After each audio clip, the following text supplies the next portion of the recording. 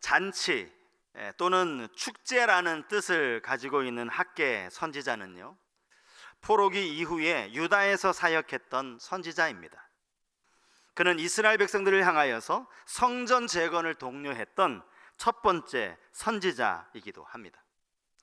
학계서에는 그가 전한 4편의 설교가 담겨져 있는데, 앞으로 이 4편의 설교들을 한 편씩 살펴보면서 은혜를 나누기를 원합니다. 유다가 바벨론에 의해서 멸망을 당하고 포로로 끌려가서 그곳에서 지낸 기간은 우리가 잘 알듯이 70년이었습니다.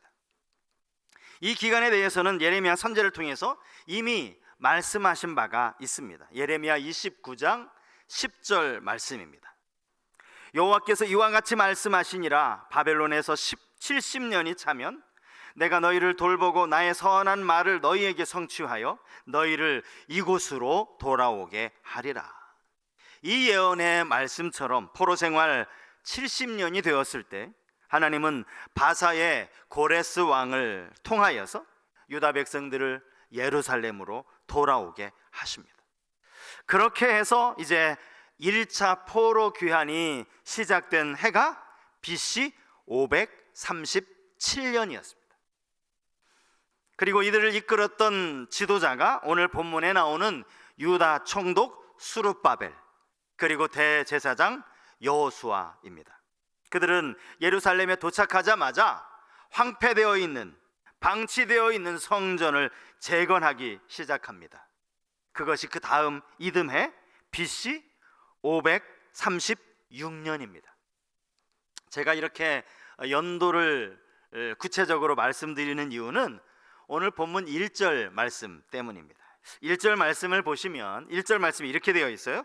여호와 하나님께서 학계에게 말씀으로 임하셨는데 그때가 언제인지를 이렇게 말하고 있습니다. 다리오 왕 제2년에. 여기 다리오 왕 제2년이라 함은 BC 520년을 의미하는 겁니다. 그러면 여러분 계산이 되지 않습니까? 성전 재건이 시작되고 나서 몇 년이 지난 겁니까? 16년이 지난 것이죠. 이 16년 동안 이스라엘 백성들이 부지런히 성전 재건 공사를 진행하고 있었다라는 말이 아닙니다. 성전 공사는 시작된 지 얼마 지나지 않아서 중단되어져 버렸고요.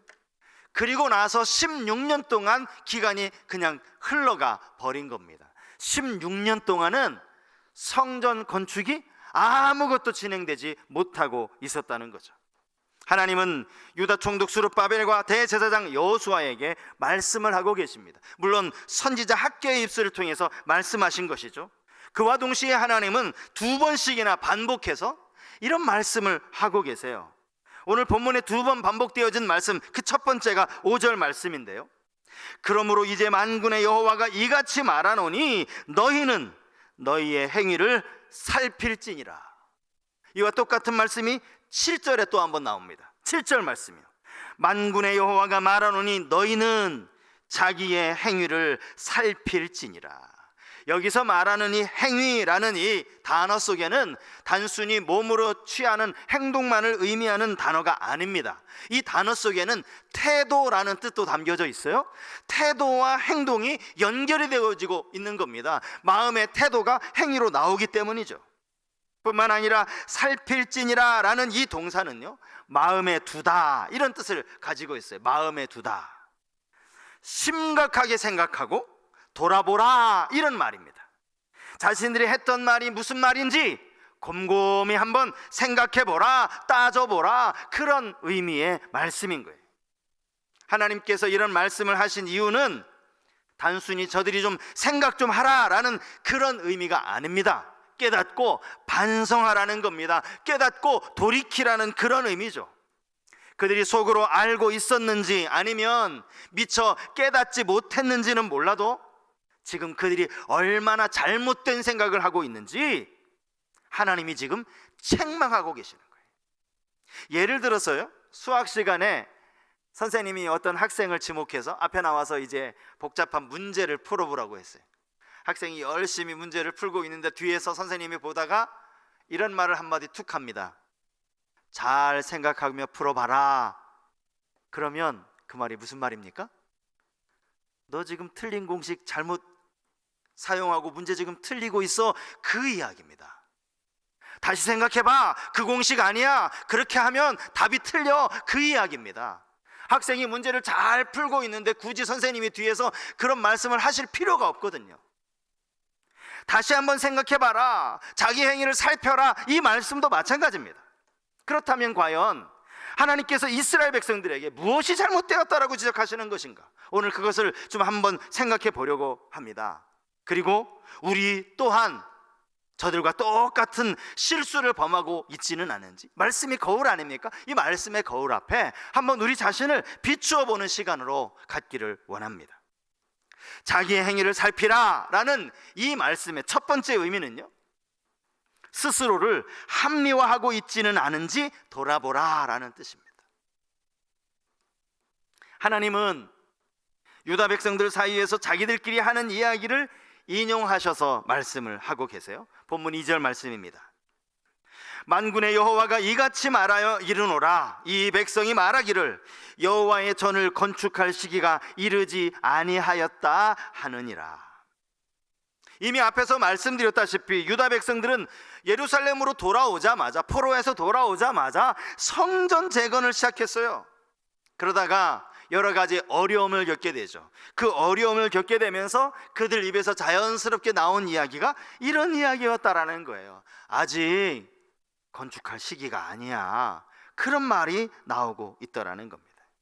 그들이 왜 성전을 건축할 시기가 아직 이르지 않았다라고 이야기했는가? 그 이유에 대해서 성경학자들이 몇 가지 이유를 제기를 합니다. 그 중에 하나가 이겁니다.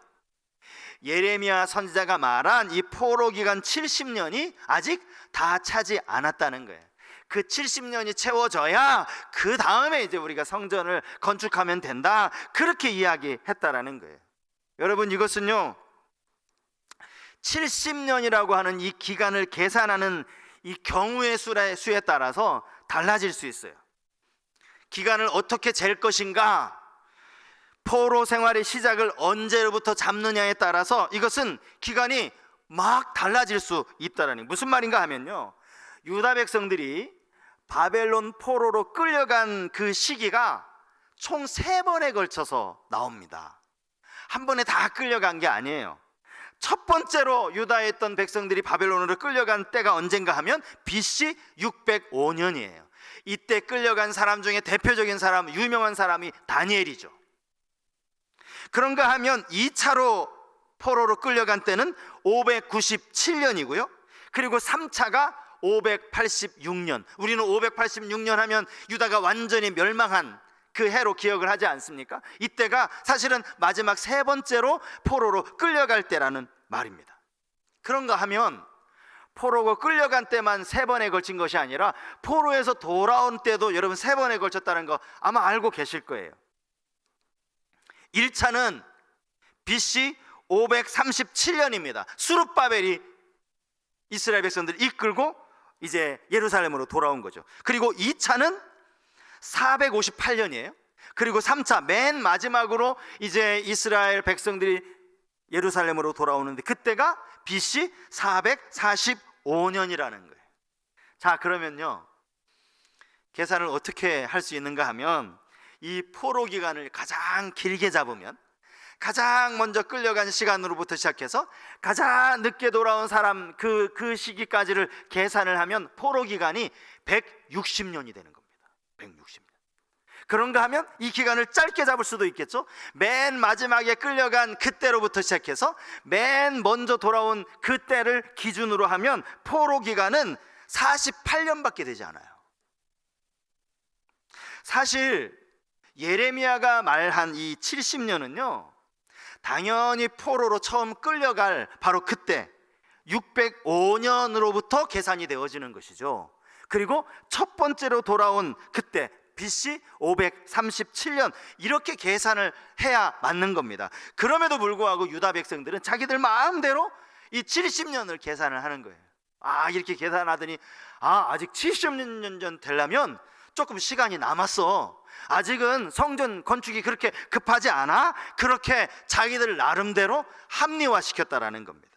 네, 여러분, 이게 왜 핑계인지 아십니까? 생각해 보십시오. 이스라엘 포로 생활은요, 1차로 끌려간 사람, 그들이 이미 그때부터 포로 생활이 시작된 거 아닙니까? 그러니까 BC 605년부터 잡아야 된다는 거예요.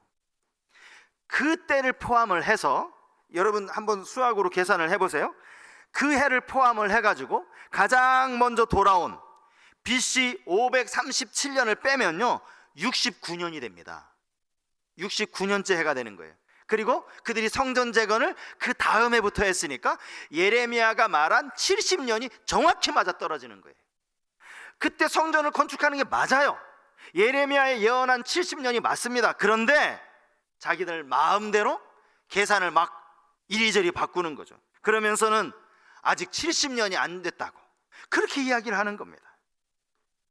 사실 그들이 이렇게 말했지만 그들 내면에는 성전을 지어야 한다고 하는 육체적인 부담, 성전을 지어야 한다는 어떤 경제적인 부담으로 인해서 힘들었던 거예요.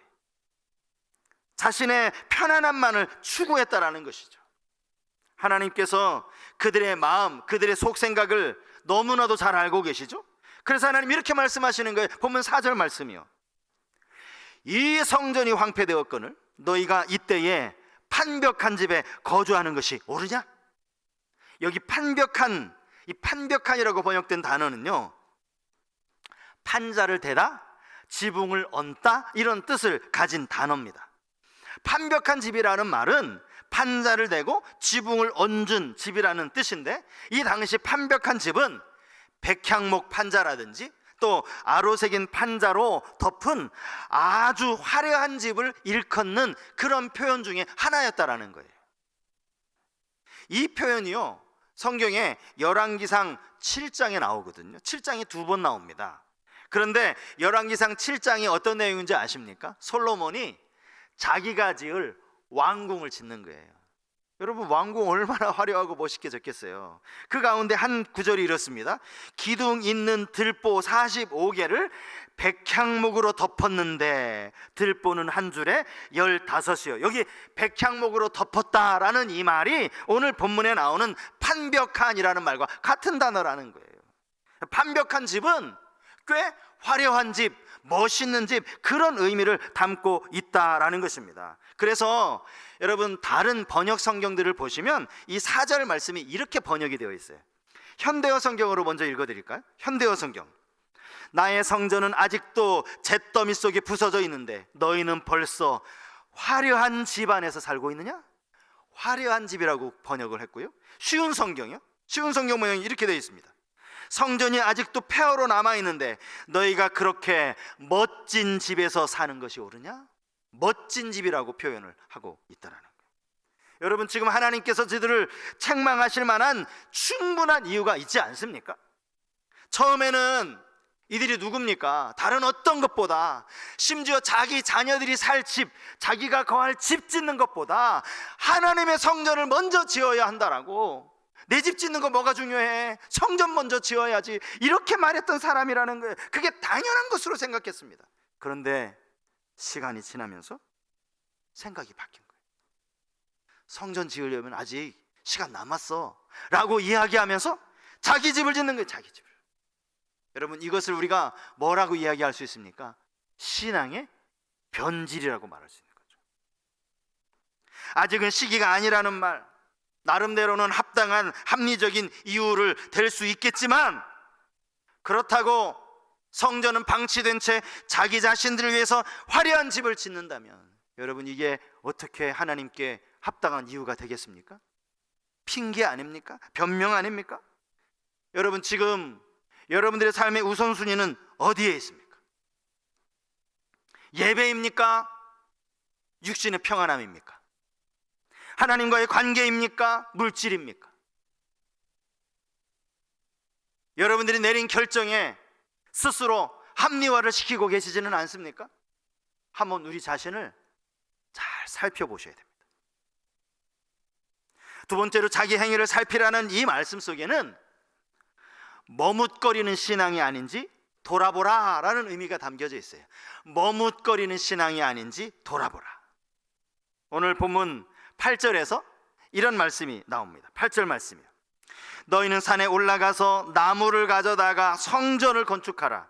그리하면 내가 그것으로 말미암아 기뻐하고 또 영광을 얻으리라. 여호와가 말하였느니라. 하나님은 뜬금없이 당장 산에 올라가라고, 당장 내 집을 지으라고 이렇게 말씀을 하고 계세요. 어떤 학자들은요, 여기서 말하는 이 산이 백향목이 나는, 백향목을 구할 수 있는 저 레바논에 있는 산이라고 그렇게 이야기하기도 하는데, 사실은 그 말은 맞지 않은 것 같습니다. 왜냐하면 지금 상황에 이스라엘 백성들이 포로에서 돌아온 지 얼마나 됐는데 그 성전 짓겠다고 레바논까지 가서 백향목 구해올 수 있겠습니까? 그럴 형편이 아닙니다. 오히려 지금 하나님이 말씀하시는 이 산은요, 자기들이 서 있는 그 주위에 널려 있는 산, 얼마든지 나무를 구해올 수 있는 그 주변의 산들을 의미하는 것이 맞다라고 할 수 있어요. 산에 올라가서 나무를 가져다가 성전을 건축하라. 하나님은 이 말씀을 하시면서 머뭇거리고 있는 이스라엘 백성들에게 빨리 일어나라고, 즉시 그 자리에서 일어나라고 그렇게 요구하고 계시는 거예요. 백향목 그거 아니어도 괜찮다는 겁니다. 지금이 솔로몬 시대도 아니고 돈이 많아서 얼마든지 좋은 나무를 수입해 올 수 있는 그런 상황도 아닌데, 굳이 백향목, 향기 나는 고급 목재 그거 아니어도 상관없다라는 거예요. 그거 고민하지 말고, 그때까지 미루지 말고, 머뭇거리지 말고 한시라도 빨리 지금 당장 일어나서 나무 해오라는 거예요. 나무 해오라, 성전 지으라는 거예요. 그게 더 중요하다라는 거예요. 하나님은 성전의 재료가 무슨 나무인지 따지지 않겠다고 말씀을 하시는 거죠. 뿐만 아니라 하나님은 그저 그들이 짓는 그 성전으로 말미암아 기뻐하시겠다고, 그 성전으로 말미암아 영광을 얻으시겠다라고 그렇게 말씀하고 있는 거예요. 더 좋은 것 드려야지, 이걸로는 안 돼, 조금만 더 기다렸다가 더 좋은 것 드려야지, 그런 기약도 없는 기다림보다는 비록 모자라고 부족해도 감사함으로 지금 드리는 것, 하나님 그것을 기뻐하신다는 사실을 여러분 꼭 잊지 마셔야 돼요. 머뭇거리셔서는 안 됩니다. 제가 2000년도에 이제 신대원을 졸업을 했습니다. 그리고 졸업한 그해 6월에 이제 강도사 고시를 치렀어요. 노회에서 이제 강도사 인허식이 있다고 노회 나오라는 그 연락을 받고 제가 가만히 고민이 되었습니다. 내가 지금 내 양심상 이대로 내가 강도사 인허를 받을 수 있는가 하는 생각에 2박 3일 동안 내가 금식하며 기도해야 되겠다고, 저 혼자 아마 수동기도원이었던 것 같아요. 금식기도회는 올라갔어요. 그리고 이제 금식도 하고 기도도 하면서 마음으로 좀 이렇게 준비하는 시간을 갖고 내려온 겁니다. 그렇게 강도사가 됐어요. 그리고 이제 그 다음에는 이제 학교도 졸업했으니까 전임 사역이 시작이 됐죠. 교회 매일같이 출근해야 하는 상황이 됐습니다. 그리고 그 해에, 졸업한 다음 해에 이제 아내와 결혼식도 했습니다. 그러니까 뭐 정말 한 해가 정신없이 빠르게 지나갔어요. 그리고 나서 어느덧 보니까 이제 노회가 얼마 남지 않았고 목사 안수를 받을 시기가 된 거예요. 더 고민이 되었습니다. 야, 벌써 내가 목사가 된다고? 이대로 내가 목사 안수를 받을 자격이 있나? 강도사 인허 받으면서 내가 2박 3일 금식하며 기도했으니까 이제 목사 안수 받으려면 적어도 일주일은 가서 금식해야 되는 거 아닌가? 그것마저도 못한 상태라면 내가 이렇게 급하게 목사 안수를 받을 필요가 있나? 1년 정도 좀 목사 안수 받는 것을 늦추면서 마음의 준비를 하는 게 더 낫지 않을까? 아마 잠깐 제가 그런 고민을 했던 것 같습니다. 제가 어제 설교를 준비하면서 제 마음속에 이런 생각이 들었습니다. 그때 아마 내가 좀 더 준비를 해야지, 그렇게 준비를 한답시고 1년 뒤에 목사 안수를 받았더라도 달라질 것은 아무것도 없었을 것이라는 그런 생각 말입니다.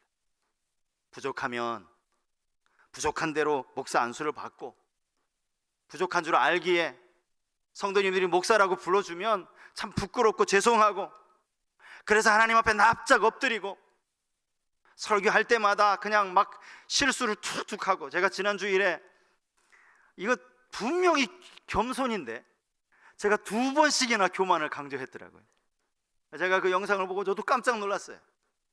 그러면서 참 많은 성도님들이 위로의 문자를 보내주셨어요. 찰떡같이 알아들었습니다. 말이 얼마나 위로가 되었는지 몰라요. 참 이렇게 부족하구나. 아니 어떻게 겸손을 강조한다는 목사가 여기서 교만을 2번씩이나 강조할 수 있어요. 나의 약함에도 불구하고 그 약한 그대로 하나님 또 실수했습니다. 또 넘어졌습니다. 그러면서 하나씩 하나씩 다듬어 가져가는 그 과정이 이게 목사의 길이구나, 제가 그런 생각이 들었다는 거예요. 여러분, 머뭇거린다고 해서 더 나아지는 게 있습니까? 그렇지 않습니다. 오히려 시행착오를 겪더라도 시작을 함으로써 더 큰 배움을 얻을 수 있다라는 거예요. 혹시 여러분 가운데 마음으로 말이죠, 좀 머뭇거리는 분은 안 계십니까? 하나님을 의지함으로 순종하시기 바랍니다. 조금만 더 기다려 주세요. 여러분, 그렇게 기약 없는 기다림보다 바로 그 자리에서 순종하는 것이 하나님이 더 기뻐하신다는 사실입니다.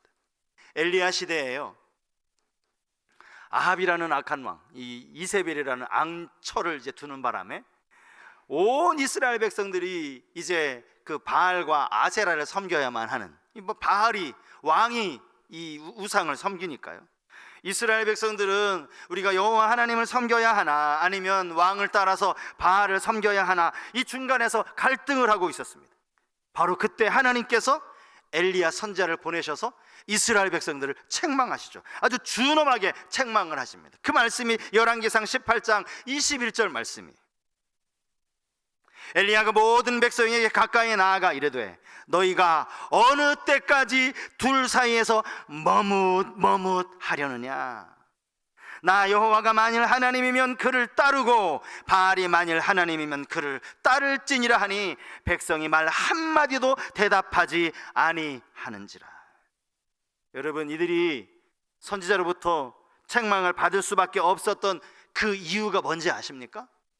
그들 아직 바알을 섬기겠다라고 작정하지도 않았어요.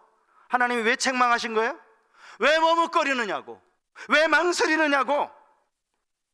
바알을 선택하지 않았음에도 불구하고 하나님이 저들을 책망하셨다는 거예요.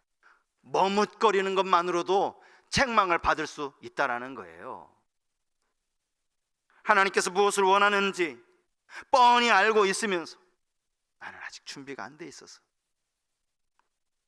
이것보다 더 잘 준비해서 드려야지, 그런 마음으로 머뭇거리는 분 계십니까? 여러분 자신을 한번 잘 살펴보시기 바랍니다. 마지막 3번째로 자기 행위를 살피라는 이 말씀 속에는요, 축복에 대해 오해하고 있지 않은지 돌아보라 라는 그런 의미가 담겨 있어요. 축복에 대해서 오해하고 있지 않은지. 오늘 우리가 읽은 이 본문에서 가장 길게 가장 많은 분량을 할애하고 있는 하나님의 말씀이 여러분 무슨 말씀인지 아십니까? 그것은요, 이스라엘 백성들이 지금까지 당한 고난, 지금까지 당한 불행, 지금까지 받은 재앙에 대한 말씀이에요. 우리가 읽었잖아요. 많이 씨를 뿌리면 많이 거둘 줄 알았어요?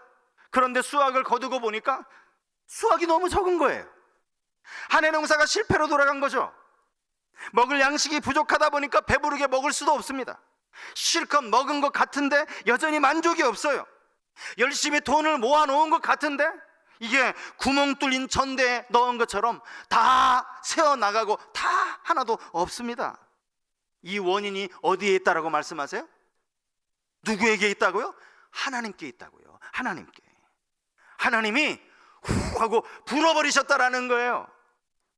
하나님께서 한재를 들게 하셨다는 거예요. 여기서 말하는 이 한재는 가뭄을 의미합니다. 가뭄.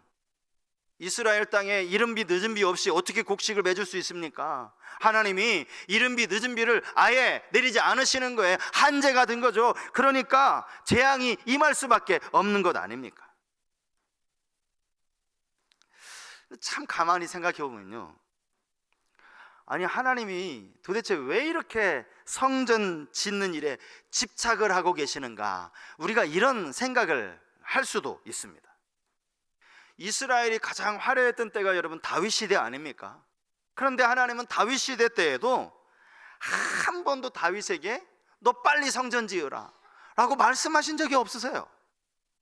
오히려 성전을 지으려고 안달한 사람은 하나님이 아니라 다윗이었습니다. 다윗. 내가 하나님을 위해서 빨리 성전 지어야 되는데, 오히려 하나님은요 다윗에게 천천히 하라고 말씀하세요. 천천히 해, 천천히. 네가 안 해도 괜찮아. 네 아들 솔로몬이 지어도 괜찮아. 천천히 해, 천천히. 가장 화려했던 다윗 왕 때에도 하나님이 그렇게 성전 짓는 것을 재촉하지 않으셨다는 거예요. 왜 빨리 성전 안 짓느냐고, 내가 너에게 이런 축복을 줬는데 당장 성전 지으라고 하나님 그런 말씀 하시지 않았다고요. 심지어 하나님이 뭐라고까지 말씀하시는지 아십니까? 사무엘하 7장 6절과 7절 말씀인데요, 제가 읽어드리겠습니다. 내가 이스라엘 자손을 애굽에서 인도하여 내던 날부터 오늘까지 집에 살지 아니하고 장막과 성막 안에서 다녔나니 이스라엘 자손과 더불어 다니는 모든 곳에서 내가 내 백성 이스라엘을 먹이라고 명령한 이스라엘 어느 지파들 가운데 하나에게 내가 말하기를 너희가 어찌하여 나를 위하여 백향목집을 건축하지 아니하였느냐고 말하였느냐? 쉽게 말하면 내가 언제 너희들 보고 성전 지으라고 했니? 하나님은 성전 짓는 걸 원하지 않으신 것 같아요. 그런데 오늘 본문 말씀을 보면 하나님 왜 이렇게 급하신 거예요? 이제 포로에서 돌아온 지 얼마 안 됐는데 여러 가지 이런 주변 여건들 때문에 지금 성전을 못 짓고 있는 건데 당장 산에 올라가라, 빨리 나무에 오라는 거예요. 빨리 성전 지으라는 거예요. 여러분, 우리가 이 본문을 잘 보셔야 됩니다. 하나님의 마음은요 성전 건축에 있지 않아요. 하나님이 원하시는 건 어떻게든 빨리 성전이나 지어라, 거기에 있지 않다라는 거죠. 하나님이 원하시는 건 뭐겠습니까? 저들이 성전을 지으면서 하나님 앞에 드리는 제사를 회복하기를 원하시는 거예요. 그들이 하나님 앞에 제사를 드리면서 하나님을 향한 마음이 회복되기를 원하시는 거예요. 하나님이 이건 원하시는 거 아닙니까? 하나님은요 그들의 마음을 원하셨고 그들을 통해 영광 받기를 원하셨다라는 거예요. 시편 127편 1절과 2절 말씀을 아마 다 아시는 말씀인데 한번 같이 읽었으면 좋겠어요. 시편 127편 1절과 2절 말씀을 우리 한번 같이 읽어보시겠습니다. 같이 읽겠습니다. 여호와께서 집을 세우지 아니하시면 세우는 자의 수고가 헛되며 여호와께서 성을 지키지 아니하시면 파수꾼의 깨어있음이 헛되도다. 너희가 일찍이 일어나고 늦게 누우며 수고의 떡을 먹음이 헛되도다. 그러므로 여호와께서 그의 사랑하시는 자에게는 잠을 주시는도다. 여러분, 이 시는 솔로몬이 지은 시입니다. 우리가 잘 아는 솔로몬, 화려한 다윗의 아들이었던 솔로몬, 그가 지은 전도서를 생각하면 다 헛되다라는 표현이 많이 나오지 않습니까? 여러분, 우리가 이 시편 127편 말씀을 가지고 지금 솔로몬이 또 헛됨을 이야기하고 있구나, 인생의 헛됨, 인생의 무상을 노래하고 있구나, 그렇게 생각하시면 착각이에요. 이 시편 127편의 표제어가 뭔지 아십니까? 표제어가 이렇게 되어 있습니다. 성전에 올라가는 노래라고. 성전에 올라가는 노래. 생각해 보십시오. 이스라엘 백성들이 하나님께 제사하려고 성전에 올라가면서 인생은 무상한 것이야, 인생은 헛된 것이야, 여러분 그렇게 하고 올라갔겠습니까? 아니죠. 그렇게 해서 올라간 게 아니죠. 이 시가 지금 궁극적으로 노래하는 것은요, 모든 복이 하나님께 있다라는 그 사실을 노래하고 있는 거예요. 여기 헛되다라는 표현이 두 번인가 반복되고 있지만 사실 이걸 거꾸로 보면요 정반대의 이야기가 되는 것 아닙니까? 사람이 열심히 수고하지 않아도 하나님이 집을 세워주시면 그 집은 견고하게 세워질 수 있다라는 그 이야기 아니냐고요. 파수꾼은 막 졸며 밤새도록 졸며 그냥 잠이 들었어도 하나님이 그 성을 지켜주시면 그 성이 지켜지는 거 아니냐고. 이건 모든 복이 하나님께 임한다는, 하나님으로부터 임한다는 그런 의미의 말씀이라는 거예요. 축복은요 씨 많이 뿌린다고 해서 많이 거두는 게 결코 아닙니다. 하나님과의 바른 관계를 통해서 하나님으로부터 우리에게 주어진다는 사실입니다. 이거를 잘 생각하셔야 된다는 거죠. 사랑하는 성도 여러분, 여러분 자신의 행위를 한번 가만히 살펴보시기 바랍니다. 오늘 이 교훈의 말씀을 통해서 여러분 모두가 하나님의 기쁨이 되실 수 있기를 바랍니다. 하나님의 영광이 되실 수 있기를 바랍니다. 내가 지금 부족하다고 자꾸 합리화시키지 마시고요, 핑계대지 마시고요, 지금은 아직 때가 아닌데, 지금 이것 가지고는 너무나 부족한데, 머뭇거리지 마시고요, 내가 열심히 땀 흘렸으니까 축복을 장담하지도 마시고요, 하나님을 의지하는 믿음의 사람으로 그렇게 믿음 가운데 승리하시는 성도님들 되시기를 주님의 이름으로 축복합니다. 우리 말씀을 생각하며